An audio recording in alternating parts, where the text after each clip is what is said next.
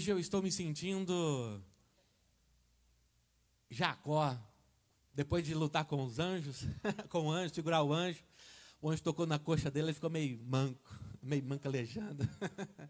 Semana foi difícil, viu? Nervo ciático atacado, não repare, vou hoje ministrar aqui sentado, mais quietinho. Como diz a palavra do Senhor, o espírito está pronto, mas a carne é fraca. Mas assim vamos rompendo em fé, amém? Deus seja louvado.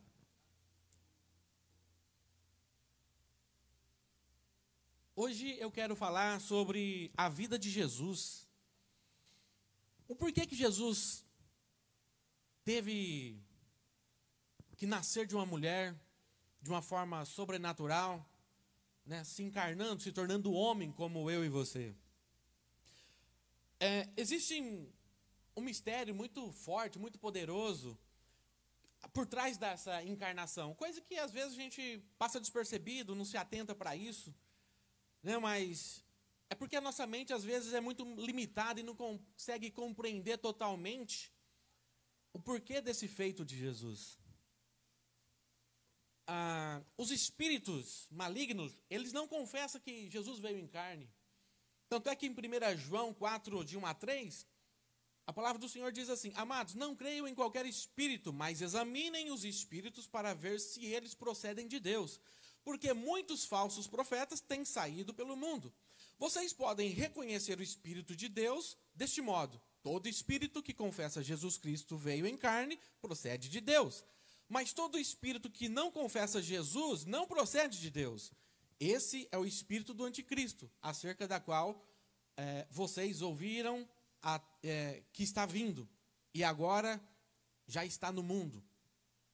Então aqui, João já dá uma pinceladinha lá naquele tempo, que alguns métodos, algumas doutrinas, né, religiosas por aí afora, não reconhecem Jesus que veio em carne.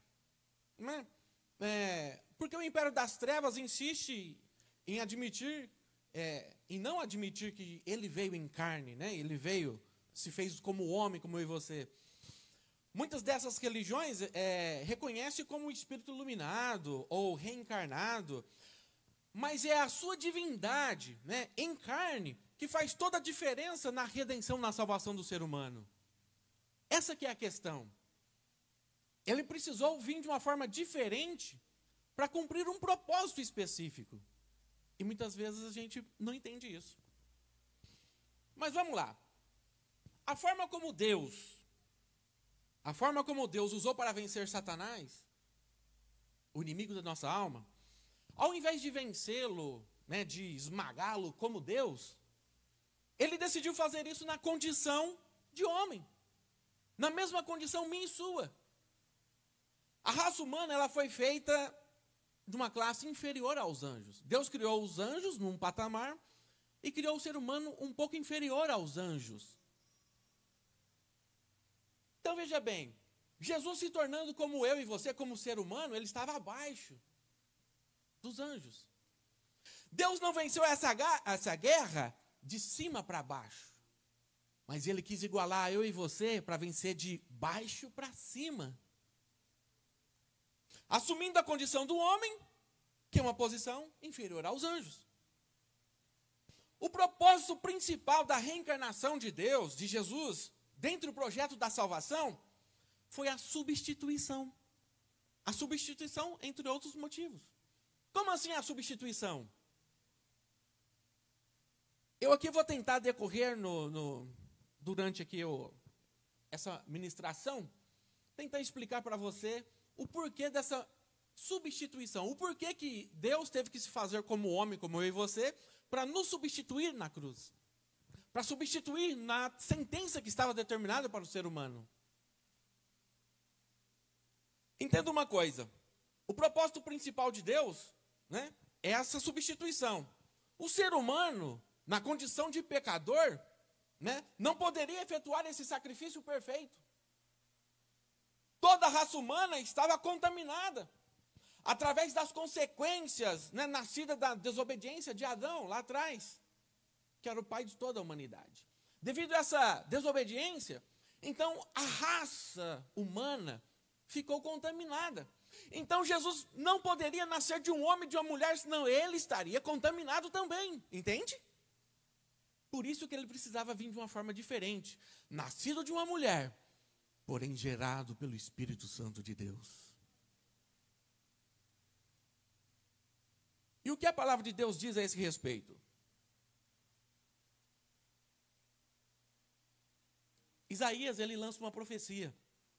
Isaías 53, de 4 a 6, e também o versículo 10 e 11, fala assim: certamente ele tomou sobre si as nossas enfermidades, e sobre si levou as nossas doenças. Contudo, nós o considerávamos castigado por Deus afligido e atingido. Mas ele foi transpassado por nossas transgressões, foi esmagado por causa das nossas iniquidades. O castigo que nos trouxe a paz estava sobre ele, e pelas suas pisaduras fomos sarados. Todos nós, como ovelhas, nos desviamos, cada um de nós se voltou para o seu próprio caminho. E o Senhor fez cair sobre ele, esse Senhor aqui é Deus Pai, Jeová, fez cair sobre ele, Jesus, a iniquidade de todos nós. Contudo, foi a vontade de Deus Pai esmagá-lo e fazê-lo sofrer. E embora Deus Pai o tenha feito da vida dele uma oferta pela culpa, ele verá sua prole e prolongará os seus dias, e a vontade de Deus Pai prosperará nas suas mãos. Depois do sofrimento da sua alma, ele verá a luz e ficará satisfeito. Pelo seu conhecimento, meu servo justo justificará a muitos, e levará a iniquidade deles, e levará os pecados deles. Essa foi uma profecia lançada lá atrás, em Isaías. Então aqui a gente já vê que a ideia de substituição é essa, é representar você diante de um juiz. Hoje o que se identifica bem é a função do advogado, né? Quando um réu é culpado e vai se apresentar diante do juiz, tem alguém que vai o defender, alguém que vai substituí-lo, é o advogado. Então Jesus, ele veio para nos substituir, e a palavra de Deus fala que ele é o advogado fiel. Deus se fez homem para nos substituir na sentença lançada sobre nós. Jesus se fez homem, morreu e ressuscitou para fazer algo em nosso favor. Tem outra profecia de Caifás, que era o sumo sacerdote na época ali de Jesus. Olha o que a palavra de Deus fala. Então um deles, chamado Caifás, que naquele ano era o sumo sacerdote, tomou a palavra e disse: não sabeis, não percebeis que vos é melhor que morra um homem pelo povo, do que pereça toda a nação? Aqui é quando ele estava falando em tramar, em matar Jesus. E ele soltou essa palavra.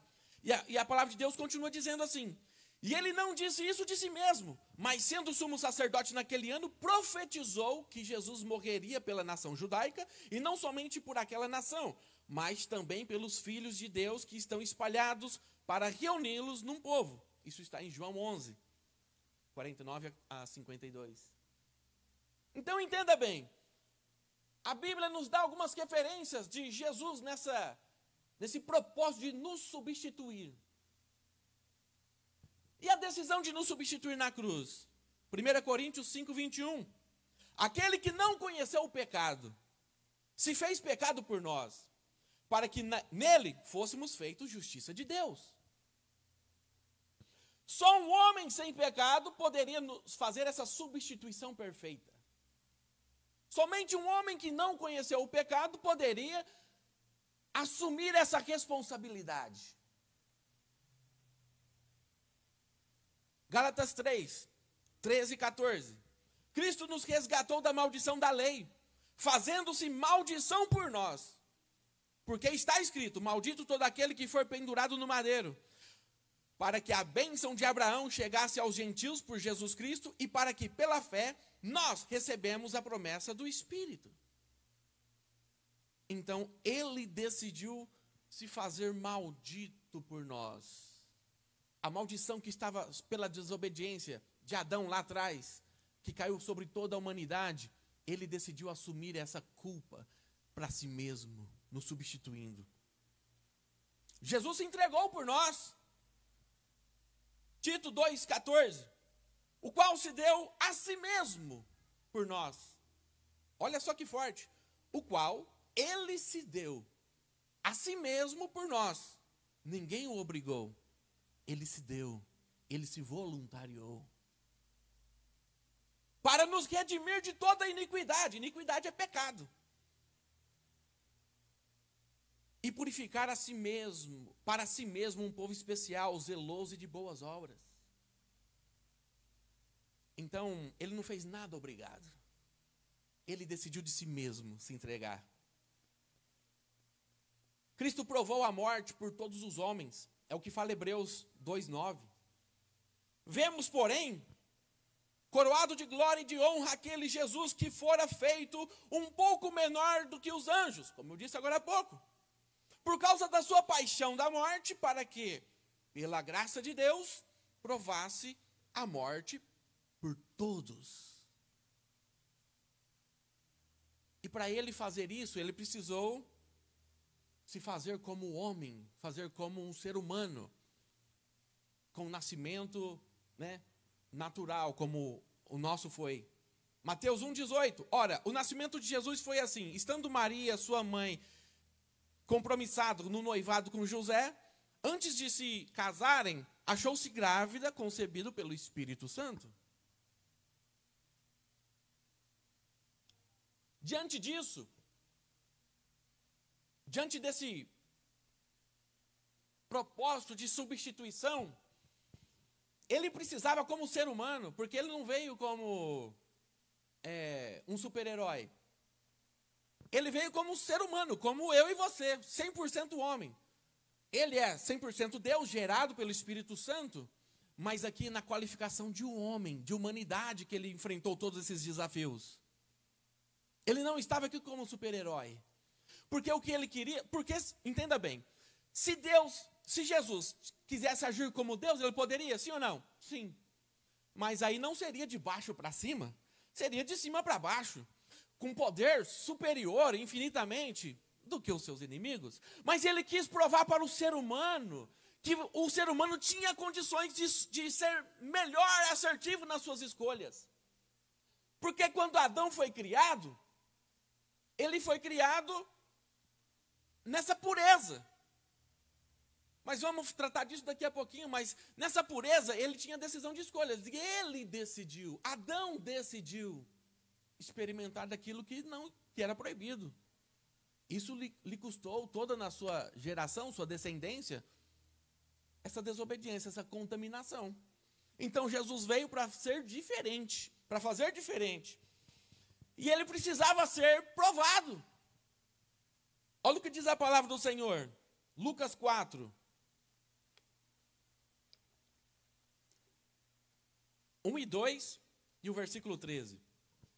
Jesus, depois que chegou ali no Rio Jordão para ser batizado por João Batista, a palavra de Deus diz assim: Jesus, cheio do Espírito Santo, voltou ao Rio Jordão e foi levado pelo Espírito Santo ao deserto. Quem levou ele? Levou ele para ser provado. Ali ele foi tentado pelo diabo durante 40 dias. Quando o diabo acabou de tentar Jesus, de todas as maneiras, ele o deixou até uma outra oportunidade. Entenda uma coisa.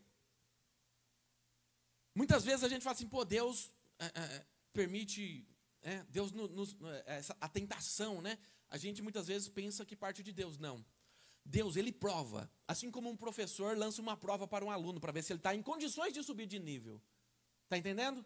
Deus não tenta ninguém. Deus, ele prova as pessoas aonde está o seu coração. Se você está pronto para receber uma bênção que você está esperando, se você está pronto para subir de um level, de um nível mais superior de intimidade com ele, se você está estruturado para crescer espiritualmente de graça em graça. Está entendendo? Deus prova você nesses quesitos. Prova você.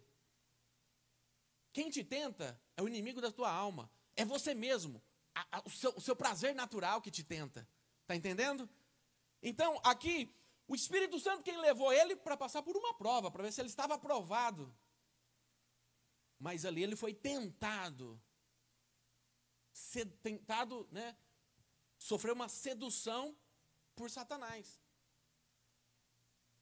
E tentando ele durante 40 dias, de todas as maneiras. A Bíblia aqui ele dá referência de três tentações, né? Que levou no pináculo, aquela coisa toda. Mas, na verdade, ele passou 40 dias sendo tentado de todas as maneiras. Sabe por que ele precisava ser tentado de todas as maneiras? Para te entender você perfeitamente, as suas dores, como você vive, como você enfrenta. Porque senão seria muito fácil não ter experimentado o que você experimentou e querer te dizer alguma coisa. Mas Deus, ele fala assim, eu conheço a tua dor, eu conheço as suas tentações, eu passei por isso, eu venci todas elas, e você tem condições de vencê-las também. Quando o diabo acabou de tentar Jesus de todas essas maneiras, ele foi embora. Mas veja só, até uma outra oportunidade. Até uma outra oportunidade. E a palavra de Deus fala que o inimigo de nossas almas, ele vive ao nosso derredor, procurando nos tragar a todo momento. Ou seja, sempre preparando aí uma estratégia para pegar você, para você desobedecer a Deus, para você sair do propósito. Mas também a palavra de Deus fala, ele anda ao derredor, mas ao seu redor está o anjo do Senhor, que te guarda, que te livra. Jesus nunca pecou. Hebreus 4, 15 e 16 diz assim, o nosso sumo sacerdote não é alguém que não possa se compadecer das nossas fraquezas. Ao contrário, ele foi tentado de todas as maneiras, assim como nós somos tentados, mas nunca pecou. Assim como Adão foi tentado e não resistiu, Jesus veio e foi tentado também. Só que de forma diferente, ele decidiu ser obediente ao seu propósito. Por isso devemos nos aproximar com confiança no trono do nosso Pai, que é cheio de amor, a fim de recebermos misericórdia e encontrarmos graça que nos ajudará na hora em que precisarmos. Então veja bem, ele é o nosso sacerdote, sumo sacerdote. Sacerdote é aquele que intercede por nós. Jesus, hoje, ele é intercessor de você diante do Pai. Ou seja, ele enfrentado todos esses problemas, enfrentado todas essas tentações de todas as formas, de todas as maneiras. A palavra de Deus fala que devemos nos aproximar com confiança, com fé, sabendo que ele pode nos ajudar e nos dar um direcionamento para vencer essas tentações, vencer a natureza humana nossa que é pecaminosa e viver uma vida saudável espiritualmente. Amém? Jesus nasceu sem pecado, porém foi tentado de todas as maneiras e ele venceu todas essas tentações. Olha o que a palavra de Deus fala em 1 Coríntios 10, 13. As tentações que vocês enfrentam são as mesmas que todas as outras pessoas enfrentam. Ou seja, não é nada exclusivo seu. Todas as pessoas são tentadas a todos os momentos. A estratégia de Satanás, desde o princípio, é a mesma. Sabe? É colocar alguma coisa para te distrair no meio do caminho. É pegar você pelos olhos, pelo que você vê. Entendeu? É lançar alguns dardos, né? Algumas flechas no seu coração, né? Para te desanimar. A estratégia dele sempre foi a mesma. Então todos nós estamos sujeitos a todas essas tentações, né? Mas Deus é fiel e não vai permitir que sejam tentados além das suas forças, porque senão Deus seria injusto, né? Pelo contrário, quando vier a tentação, Deus lhe mostrará a maneira de sair dela, e assim poderão suportá-las. Assim como Jesus suportou, você também consegue suportar. Jesus era o único que podia nos substituir. Nenhum ser humano poderia se colocar a essa altura, à disposição. Olha o que o Salmo 49 diz: não terei medo dos dias difíceis, quando a maldade dos meus inimigos me cercarem. Os maus confiam que serão salvos pela sua riqueza e orgulham-se do dinheiro que têm. Mas ninguém pode comprar a salvação, nem pagar a Deus para o resgate da sua vida. O resgate de uma vida é muito caro e não tem dinheiro que seja suficiente para livrar uma pessoa da morte e lhe dar a vida eterna. Então, ou seja, é algo que não depende do ser humano, não depende do seu esforço, não depende do seu dinheiro, da sua condição de vida terrena, não depende da salvação, porque todos nós estamos sujeitos, né, por causa dessa descendência pecaminosa que corre em nossas veias, a ter uma sentença final contrária, de condenação. Então o ser humano não tem poder, autoridade nenhuma de se auto-vangloriar, de auto-se salvar, porque está contaminado. Então precisava de alguém perfeito vir e fazer a diferença, resgatando-nos desse momento, pagando esse preço que era para a gente pagar. Quem está comigo aqui? Estão entendendo? Mas veja bem, se ele nunca pecou, então a morte não podia detê-lo. Olha o que a palavra de Deus fala em João 10, 17 e 18. O Pai me ama, porque eu entrego a minha vida para poder tê-la de volta outra vez. Eu entrego a minha vida para poder ter ela de volta outra vez. Ninguém tira de mim. Ninguém tira de mim. Mas eu a entrego de livre vontade, pois tenho autoridade para entregar a minha vida quando quiser, e também tomá-la de novo, porque o Pai me deu essa ordem. Essa mesma ordem que Deus Pai, que não foi exclusividade para Jesus, foi a mesma que foi dada para Adão lá atrás. Entenda só uma coisa, a morte entrou no mundo pelo pecado, certo? Mas Jesus não estava debaixo do pecado. Sendo assim, a morte então não poderia ter poder sobre ele. Na hora certa ele se entregaria. Olha o que a palavra de Deus fala. Vou citar 3 exemplos daqui para você ver que Jesus estava no controle. Primeiro, João 7:30. Então os líderes judaicos procuravam prender Jesus, mas ninguém pôs a mão nele, porque ainda não havia chegado a tua hora. Quantas e quantas vezes tramaram em tirar a vida de Jesus, mas não colocaram a mão nele, porque não era chegada a sua hora. Por quê? Porque a morte não tinha domínio sobre ele. Ele iria se entregar na hora que ele quisesse se entregar, no momento correto. João 8:20, Jesus fez essas declarações enquanto estava na parte do templo, perto da caixa de oferta.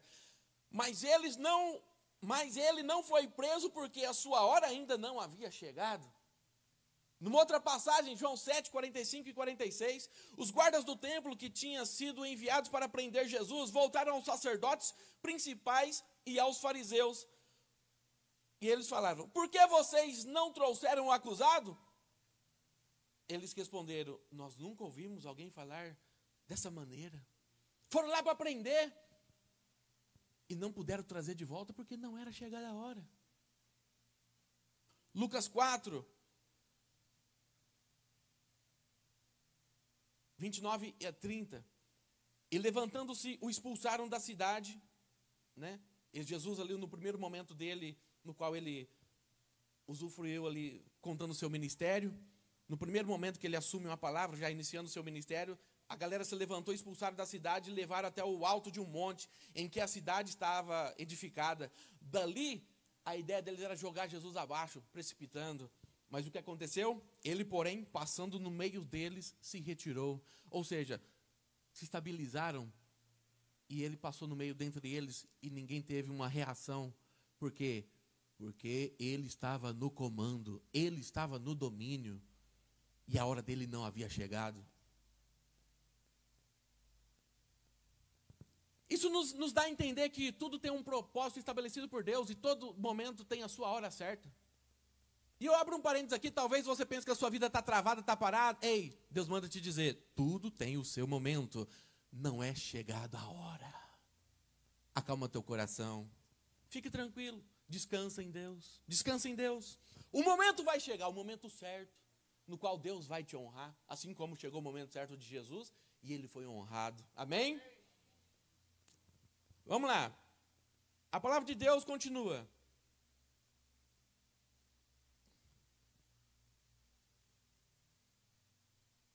Na hora certa, Jesus faria a sua escolha. A morte não tinha poder sobre ele, porque a morte é a legalidade do pecado. Jesus, por sua decisão, não pecou. Vamos entender melhor esse negócio aqui da legalidade do pecado? Lá em Gênesis 2, 16 e 17, quando Deus estava criando o ser humano ali e tal, ele deu uma ordem. E Deus ordenou ao homem dizendo: de toda árvore do jardim comerás livremente, mas da árvore da ciência do bem e do mal, ou seja, a árvore do conhecimento do bem e do mal, não deverás comer. Porque o dia que dela comerdes, certamente morrerás. Entenda uma coisa, Deus criou o ser humano, e ele deu uma ordem. Se comer, vai morrer. Eu lanço uma pergunta: e se eles não tivessem comido? O que teria acontecido? Não haveria morte. Sim ou não? Essa é a lógica, não é? Não haveria morte. Isso nos dá a entender que o ser humano ele foi criado, mas para ser imortal. Ele foi criado para ser eterno. Mas devido a essa desobediência, olha aí, Gênesis 6:3. Então Jeová, Deus Pai, disse assim: o meu espírito não permanecerá para sempre no homem por causa do seu errar, por causa do seu erro, da sua desobediência. E ele agora é carne. Portanto, os seus dias serão de 120 anos. O ser humano era para viver eternamente. Mas o pecado nos afasta da presença de Deus, então o ser humano ficou desligado da presença de Deus. Então, por isso que entrou o pecado no mundo, para que não vivêssemos eternamente longe de Deus. A morte é a consequência da desobediência, geradora do pecado, e Jesus está acima dessa morte, porque ele não pecou. Então, o que a palavra de Deus fala? A alma que pecar, certamente morrerá. Ezequiel 18:20. Porque o salário do pecado é a morte. Romanos 6:23. Jesus não foi gerado da semente de Adão para estar debaixo desse jugo, dessa condenação, entende? Jesus ele foi gerado pelo fruto do Espírito Santo, ele é fruto do Espírito Santo. O primeiro Adão, ele foi gerado aqui, da terra, do pó da terra. Mas o segundo Adão, que é Jesus, ele foi gerado nos céus. O primeiro é natural, o segundo é espiritual. Quem está comigo aqui? Lucas 23:46 diz assim a palavra do Senhor: e clamando Jesus com grande voz, disse: Pai, nas tuas mãos entrego o meu espírito. E havendo isso, aspirou, morreu. Ele não disse: ei morte, eu me rendo a ti. Ele não estava debaixo do jugo da morte. Ele disse: Pai, a ti eu entrego o meu espírito. É nas tuas mãos, Pai, que eu entrego o meu espírito. Jesus não rendeu-se à morte, pois ele entregou o seu espírito para o Pai. Jesus não conheceu a morte não poderia detê-lo. A gente entende como morte física porque o corpo ficou lá, né? Foi sepultado. Mas ele não conheceu a morte. E olha o que diz a palavra do Senhor. Primeiro sermão de Pedro, ali em Atos 2, 22 a 24. Israelitas, escutem o que eu vou dizer. Jesus o Nazareno, o homem aprovado por Deus diante de vocês com milagres, prodígios e sinais, os quais o próprio Deus realizou entre vocês por meio dele. Como vocês mesmos sabem, a este, entregue conforme o plano determinado e a presciência de Deus, vocês o mataram, crucificando-o por meio de homens maus. Porém, Deus o ressuscitou, livrando-o da agonia da morte, porque não era possível que fosse retido por ela. Porque não era possível a morte o segurá-lo. A morte não poderia detê-lo. E as escrituras continuam dizendo assim: ó morte, a morte está destruída, a vitória é completa. Onde está, ó morte, a tua vitória? Onde está, ó morte, o poder para ferir? O que dá à morte o poder de ferir é o pecado. E o que dá ao pecado o poder de ferir é a lei. Isso está lá em 1 Coríntios 15, 54, 56. Aqui uma referência. A morte não pôde segurar, não pôde detê-lo. Aonde está a vitória da morte? Ela só tem vitória aonde tem pecado. Mas Jesus não pecou, então a morte não pôde ser vitoriosa sobre o Rei dos Reis, Senhor dos Senhores. Vamos entender um pouquinho aqui o que aconteceu então, depois que Jesus morreu, se ele não morreu, né? Só o corpo dele estava ali. O que aconteceu nesses 3 dias antes dele ressuscitar? Vamos ver o que a palavra de Deus fala?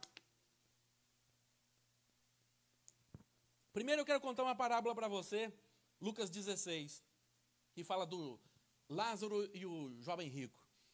Diz assim: ora, havia um certo homem rico que se vestia de púrpura e de linho finíssimo e que se alegrava todos os dias com grande ostentação.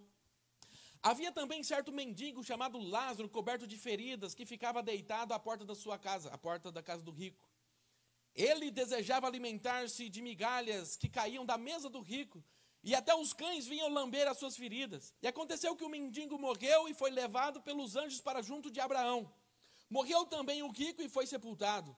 No inferno, estando em tormentas, o rico levantou os olhos e ao longe viu Abraão e Lázaro junto dele. Então, gritando, disse: Pai Abraão, tenha misericórdia de mim, e me mande que Lázaro molhe a ponta do dedo em água e refresque a minha língua, porque estou em tormentas nesse fogo. Mas Abraão disse: Filho, lembre-se, enquanto você estava... Filho, lembre-se de que você recebeu os seus bens durante a vida, enquanto Lázaro só teve males. Agora, porém, ele está consolado aqui, enquanto você está em tormentas. E, além de tudo, há um grande abismo entre nós e vocês, de modo que os que querem passar daqui para aí não podem, e os daí para cá também não. Então o rico disse: Pai, eu peço que mande Lázaro à minha casa paterna, porque tenho 5 irmãos, a fim de que não venham também para este lugar de tormento. Abraão respondeu: Eles têm Moisés e os profetas, que eles ouçam eles. Mas ele insistiu: Não, pai Abraão, se alguém entre os mortos for até lá, então eles irão se arrepender. Abraão, porém, respondeu: Se eles não ouvirem Moisés e nem os profetas, também não deixarão se convencer, mesmo que ressuscite alguém dentre os mortos. Então, aqui nessa passagem, Jesus traz essa história, nos dando algumas referências de como era, né, a situação depois da morte naquele momento. E vemos aqui Abraão, né, não é questão do homem, porque o homem foi rico, foi para o inferno, mas sim as suas atitudes. Não é o dinheiro que condena o ser humano ao pecado, condena o ser humano a um juízo de Deus. Não é isso, né? Mas esse homem era rico, tinha condições. Já o Lázaro era um pobre mendigo, né, que ficava ali quietinho no seu canto e certamente tinha um coração voltado para Deus. Por isso um foi para o seio de Abraão e o outro foi para o inferno. Não se detém aos detalhes aqui, porque era rico, tá? E acontecendo esse fato, quando o mendigo morreu, ele foi levado pelos anjos ao seio de Abraão. O que é o seio de Abraão? É o mundo dos mortos que foram salvos antes da vinda de Jesus Cristo. Então, aqueles que morreram sendo salvos antes daquele momento, ele ia para o seio de Abraão, ali para um lugar. Para você entender, esse lugar, de um lado, era o seio de Abraão, tinha um grande abismo, e do outro lado era o inferno. Quem morreu antes de Jesus aí, ficava nesse lado aqui com Abraão, e os que morreram sem aceitar Deus, na sua maldade, era levado aqui para esse outro lado, onde era fogo, onde era o inferno. E acontece que quem estava de um lado não podia ir para o outro. E nem quem estava ali embaixo podia subir para cima. Então isso aqui já desmonta um monte de ideias sobre algumas doutrinas que inventam por aí afora, né? Aí o que acontece?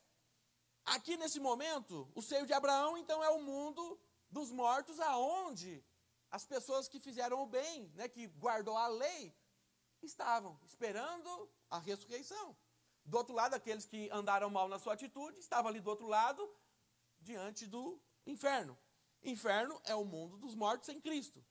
Então, o que separava um lugar do outro era um grande abismo. O que Jesus fez, então, depois desse momento aí? Depois que ele entregou o seu Espírito ao Pai? O que aconteceu? Primeiro eu quero explicar para você uma coisa. Em Mateus 12, 40, Jesus ali num bate-papo, ele fala assim: porque assim como Jonas esteve 3 dias e 3 noites no ventre de um grande peixe, assim o Filho do Homem, ou seja, ele mesmo, Jesus, estará 3 dias e 3 noites no coração da terra. No coração da... Ele dá uma referência de Jonas, certo?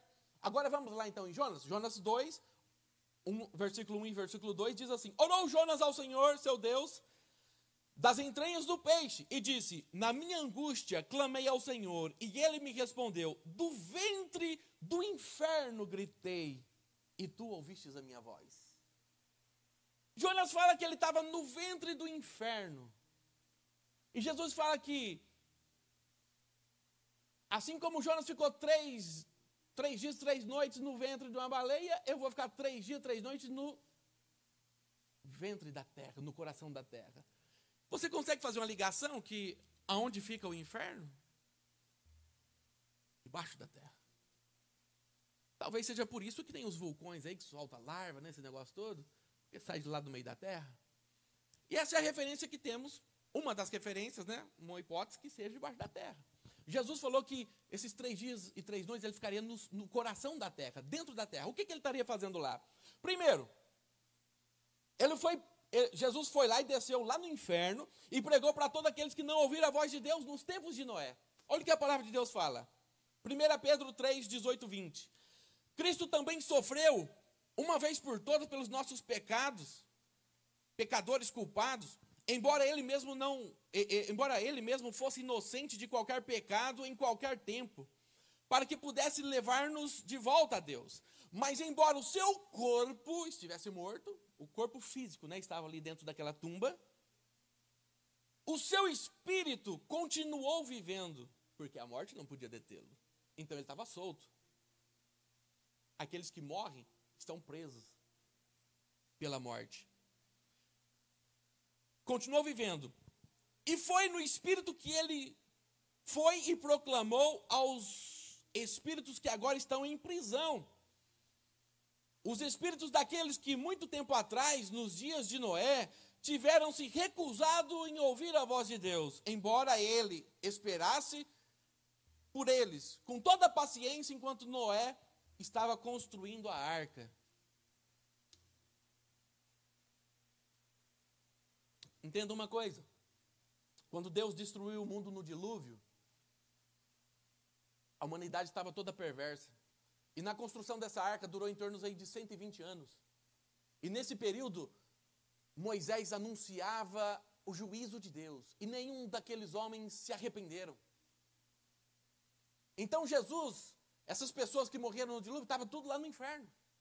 Dentre outros, né? Que depois aí de Moisés da lei também, o que não guardou a lei, que não foi viver uma vida, né, regrada diante de Deus, também estavam para lá. E ele foi lá pregar para essas pessoas o juízo, o porquê que eles estavam lá, que eles teve a oportunidade de fazer o que era certo, mas continuaram inclinados ao desejo do seu coração de fazer as coisas erradas.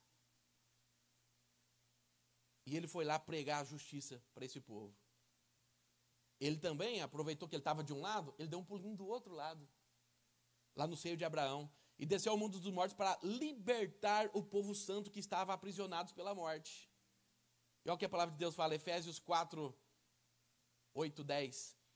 Assim como as escrituras sagradas dizem, quando ele subiu aos lugares mais altos, levou consigo muitos prisioneiros e deu dons aos homens. O que quer dizer ele subiu? Quer dizer que ele também desceu aos lugares mais baixos da terra. E isto é, até o mundo dos mortos. Assim, quem desceu é o mesmo que também subiu, acima e além dos céus, para encher todo o universo com sua presença.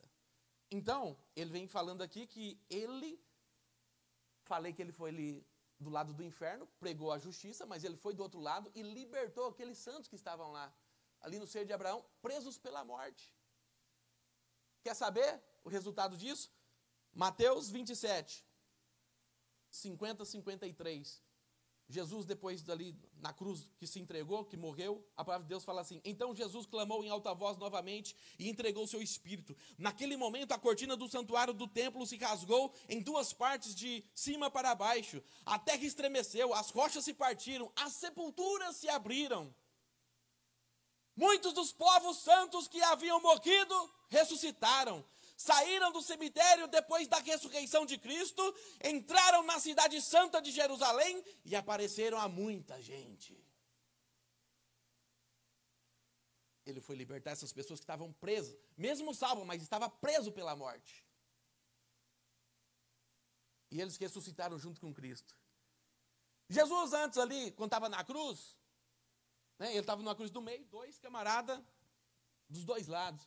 Um diz assim: Senhor, lembra de mim quando entrares no teu paraíso. Qual foi a resposta de Jesus? Ainda hoje, tu estarás comigo no paraíso. Ainda hoje. Era a sequência, saiu dali, foram lá aconteceu o que aconteceu. Jesus venceu a morte, cumpriu o seu propósito, reconciliando o ser humano com Deus. Esse é o propósito dessa substituição. Por isso que ele precisava ser encarnado. Porque uma teoria, né, qualquer religião que fala que Jesus não veio em carne, ele destrói tudo isso que a Bíblia fala. A palavra de Deus fala que ao homem foi dada apenas uma oportunidade de vida. Depois disso, o juízo.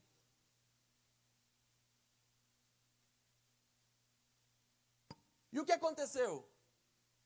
Hoje, a pessoa que morre sem Cristo, ela vai para esse mesmo lugar, para o seio da terra, lá para o inferno. Mas aqui a palavra de Deus fala que Jesus, ele levou o cativo, quem estava cativeiro, os santos, e ele levou quando subiu aos céus, ele subiu, e hoje se encontra as pessoas que morrem em Cristo no paraíso, debaixo do trono de Deus. O seio de Abraão, aquele lugar ali, está vazio. E olha o que a palavra de Deus fala lá em Apocalipse 1, 17 e 18. Já chamo a equipe de louvor para cá, por gentileza. Diz assim: não temas, eu sou o primeiro, eu sou o último, aquele que vive. Estive morto, mas eu estou vivo pelos séculos dos séculos. E tenho as chaves da morte na minha mão. E também tenho a chave do inferno na minha mão. Isso é o que diz a palavra do Senhor. A morte não deteu e ele foi lá e pegou a chave da morte. Ele tem o domínio. A morte não reina mais, Jesus é quem reina. Todo o poder e autoridade foi dado a ele. E tanto no céu, na terra, debaixo da terra, seja no mundo espiritual, seja no mundo material, todos hão de se dobrar diante dele e render graças, porque ele é o Rei dos Reis, o Senhor dos Senhores. Amém? Essa história tudo começou lá no Éden, no jardim de Deus, quando Deus criou Adão e Eva, e falou: dessa árvore não comereis, porque se comer dela, tu vai morrer. E no poder de escolha do ser humano, ele foi lá e comeu, e por isso entrou a contaminação e a morte para toda a humanidade. Jesus veio de uma forma diferente, porque ele não poderia ser como o ser humano, mas ele foi gerado espiritualmente, com o mesmo poder de decisão que teve Adão. E ele decidiu fazer o que é certo, o que é correto. E depois de ter vencido a morte, subido aos céus, a palavra do Senhor Isaías, em Apocalipse 2:7, diz assim: quem tem ouvidos, ouça o que o Espírito diz às igrejas. Ao vencedor, aqueles que guardarem, forem fiel à palavra de Deus, que aceitarem Jesus como seu Senhor e seu Salvador, aqueles que permanecerem firmes diante das tentações, mas sendo orientado pelo Espírito Santo de Deus, ele possa vencer os seus dias maus e rompendo em fé dia após dia, esperando firmemente aquele que há de voltar das nuvens ao alarido da trombeta. Esses vencedores, darei o direito de se alimentar da árvore da vida que se encontra no paraíso de Deus. Aleluia! Aleluia! Aplauda ao Senhor! Aplauda ao Senhor. Rapaz, a palavra de Deus é fantástica. A gente que não consegue entender os propósitos porque não dedicamos tempo para o estudo dela. Mas esse é o caminho que Jesus escolheu para nos reconectar com Deus, se fazendo como eu e você, sentindo as nossas dores, sentindo os mesmos sofrimentos que passamos diariamente. E muitas vezes você se dá por vencido, derrotado, se dá por abandonado. E o Senhor fala para você nessa manhã: você não está esquecido. Eu não esqueci de você. Eu continuo o mesmo, eu sou o mesmo que te encontrou, que limpou as suas vestes, que traz paz ao seu coração. Mesmo que hoje você não está em paz, mas Ele é a paz. Você não está em paz porque você está olhando com os seus olhos. Comece a olhar com as perspectivas de Deus para a tua vida, que você é filho, que você é herdeiro da promessa, que o melhor de Deus está por vir na tua vida, na tua casa. Comece a mudar o seu modo de ver a situação, as coisas, porque Ele tem o melhor para você. Ele tem o melhor. E hoje Ele quer o teu coração. Hoje Ele quer fazer de você uma pessoa entendida dos propósitos dEle. Ele quer te dar o direito de comer da árvore da vida. Se coloque sobre seus pés. Se coloque sobre seus pés. Adora Ele nesse momento. Adora Ele. Expressa aí o seu desejo, o seu anseio de viver algo novo, de ser diferente, de não deixar a velha vida, a velha natureza que é pecaminosa, que te leva para a morte, morte física, morte espiritual, que te traz uma condenação eterna para o inferno, no qual tu passará a vida toda longe da presença de Deus. Não queira viver isso. Essas coisas são momentâneas, essas coisas são passageiras. A palavra de Deus fala que estamos aqui é de passagem, porque nós somos feitos aqui na terra, mas cidadãos dos céus. No céu é o teu lugar. Por isso vive uma vida digna de um homem, de uma mulher eleita, escolhida por Deus. Não se distraia com os manjares de Satanás, porque ele a todo momento vive nos testando, vive nos tentando. Mas creia no Deus Todo-Poderoso, que vai te dar o livramento, vai te livrar de tudo isso, e vai te dar a honra de dizer assim: um dia vai chegar, vinde a mim, bendito de meu Pai, sentai à direita, desfrute da árvore da vida, come da árvore da vida, porque tu foste fiel, no pouco sobre o muito vou te colocar.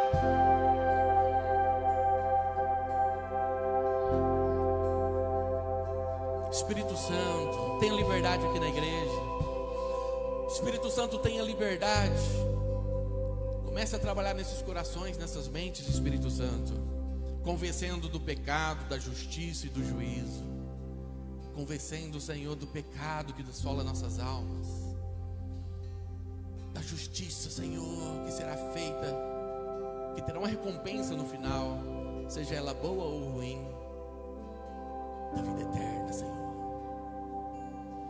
Como Jesus fez aquela oração, Espírito Santo, Pai, que nenhum desses pequeninos venha se perder, mas que o Senhor possa guardá-los todos nos dias mal, guardá-los do mundo. Que seja essa a nossa oração no dia de hoje. Você que quer viver diferente a tua vida, sai do teu lugar, vem aqui no altar. Você que quer viver algo diferente, você que essa palavra falou ao teu coração e o Espírito Santo está dizendo aí para você: eu preciso mudar minha vida. Eu não posso mais andar como um descendente de Adão, contaminado pelo pecado, mas eu preciso viver livre porque Jesus me libertou. Saia do seu lugar, vem aqui à frente em nome de Jesus. Tenha liberdade, tenha liberdade. Se essa palavra farol ao seu coração, saia do teu lugar. Esqueça quem está ao seu lado, ao seu redor, porque todos nós aqui somos dependentes de Deus. Hoje estamos bem, mas amanhã estamos precisando urgentemente de um milagre de Deus, de um livramento. É assim a vida do ser humano, porque muitas vezes estamos fortes espiritualmente, mas tem determinados dias que queremos morrer, que queremos a morte, que não queremos viver, porque está difícil a luta, a batalha. Mas lembre-se de uma coisa: Ele conhece todos os seus desafios, Ele passou por todos esses desafios, e Ele tem a solução para o seu problema. Confia nele, confia nele. A palavra do Senhor diz assim: se porventura pequeis, ou andeis guiado aí pela sua natureza humana, fazendo o que é errado, se afastando da presença de Deus, lembre-se de uma coisa: existe um advogado fiel e justo, que pode purificar de todo o pecado e te dar uma nova oportunidade de viver uma vida santa, saudável em Deus. Saia do teu lugar. O Espírito e a noiva diz: vem. O Senhor te chama, o Senhor te chama nesse momento. O Senhor te chama para uma reconciliação. O Senhor tem muito mais a fazer na tua vida. Muitas vezes nós vivemos nas migalhas que caem da mesa do Senhor, mas o Senhor tem o melhor desta terra para você. Pode chegar mais perto do altar aqui, ó. O pessoal está chegando, vem mais para frente. Em nome de Jesus. Os obreiros podem ministrar aí uma oração na vida dessas pessoas. O Senhor quer te dar a oportunidade de um recomeço.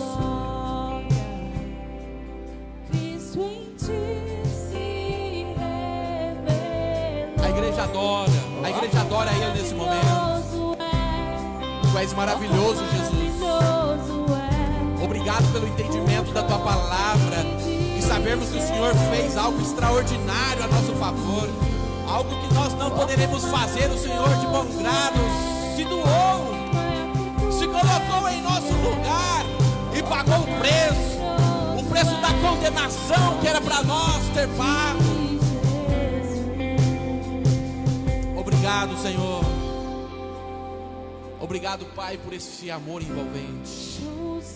Obrigado, Senhor, por nos amar tanto assim, não sendo merecedores. Mesmo não sendo merecedores, o Senhor nos amou. Quando ainda estávamos no erro, no pecado, o Senhor nos amou. E hoje o Senhor marcou esse encontro com você. Ele marcou esse encontro com você para dizer: eu te amo. Tu és especial. Eu paguei um preço de morte. Eu entreguei a minha vida por você. Que poderia mais provar Deus nesse amor por você? O que mais Deus poderia fazer? Ele pegou o que tinha de melhor, de mais especial, de mais valor. Deus, na sua infinita misericórdia, entregou o seu Filho unigênito para que todo aquele que nele crê não pereça, mas tenha vida eterna.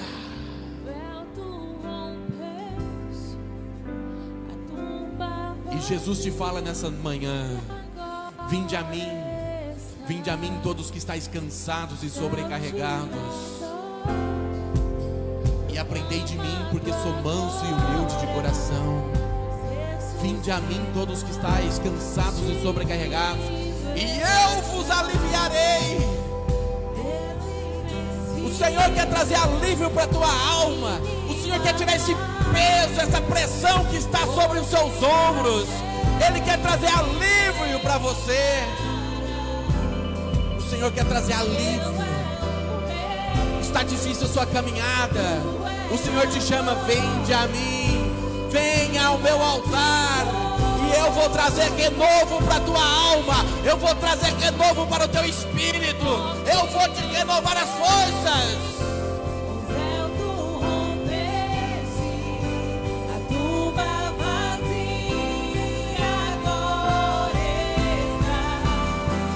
Espírito Santo, tenha liberdade aqui nesse altar. Espírito Santo, cada pessoa que vier aqui à frente, renova elas agora. Ministra, Senhor, teu amor. Ministra que elas não estão sozinhas, que elas não estão abandonadas. Espírito Santo, dê um sinal. Mostra o teu amor. Mostra que eles são especiais, que o Senhor não o abandonou, mas eles são cuidados e guardados por ti, mesmo que não possamos ver e enxergar. Seja coberto pelo amor de Deus. Que o amor de Deus possa te alcançar nesse momento, abundando o teu coração de esperança, de fé. Em nome de Jesus. Em nome de Jesus. Poderoso esse nome é o nome de Jesus. Poderoso esse nome é mais forte que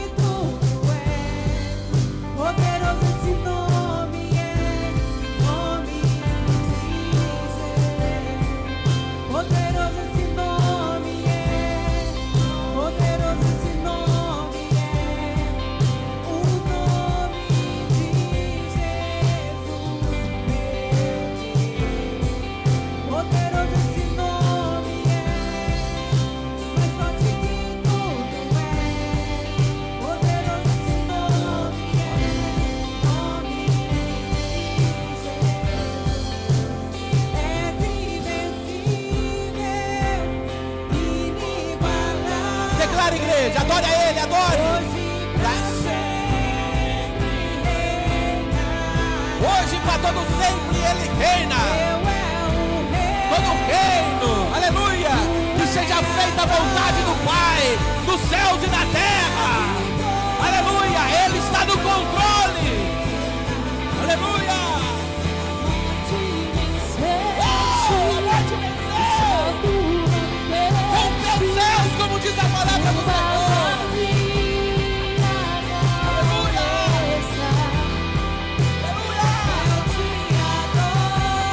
Os céus rendem graças ao Senhor, e a igreja dele na terra também. Adoro ao Cordeiro que foi eleito antes da fundação do mundo a pagar o preço por você.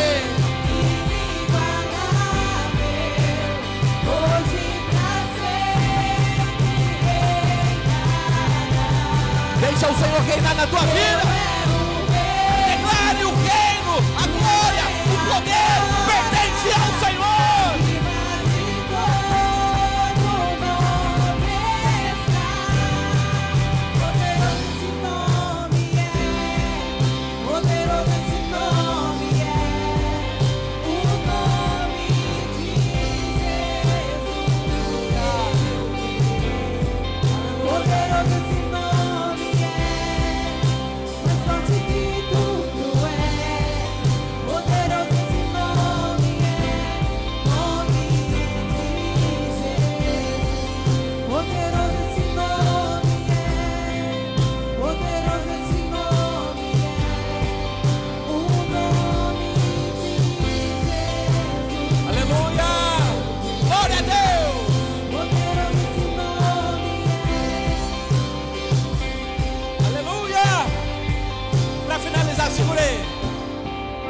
Filipenses 2:5 diz assim: tende entre vocês o mesmo modo de pensar de Cristo Jesus, que, mesmo existindo na forma de Deus, não considerou ser igual a Deus, algo que deveria ser retido a qualquer custo. Pelo contrário, ele se esvaziou, assumindo forma de ser humano, tornando-se semelhante aos homens. E reconhecido em figura humana, ele se humilhou, tornando-se obediente até a morte de cruz. Por isso também Deus o exaltou sobremaneira e lhe deu um nome que está acima de todo nome, para que ao nome de Jesus se dobre todo joelho nos céus, na terra e debaixo da terra, e toda língua confesse que Jesus Cristo é o Senhor, para a glória de Deus Pai. Aplauda ao Senhor, aplauda ao Senhor. Podeis voltar aos seus assentos, adorando.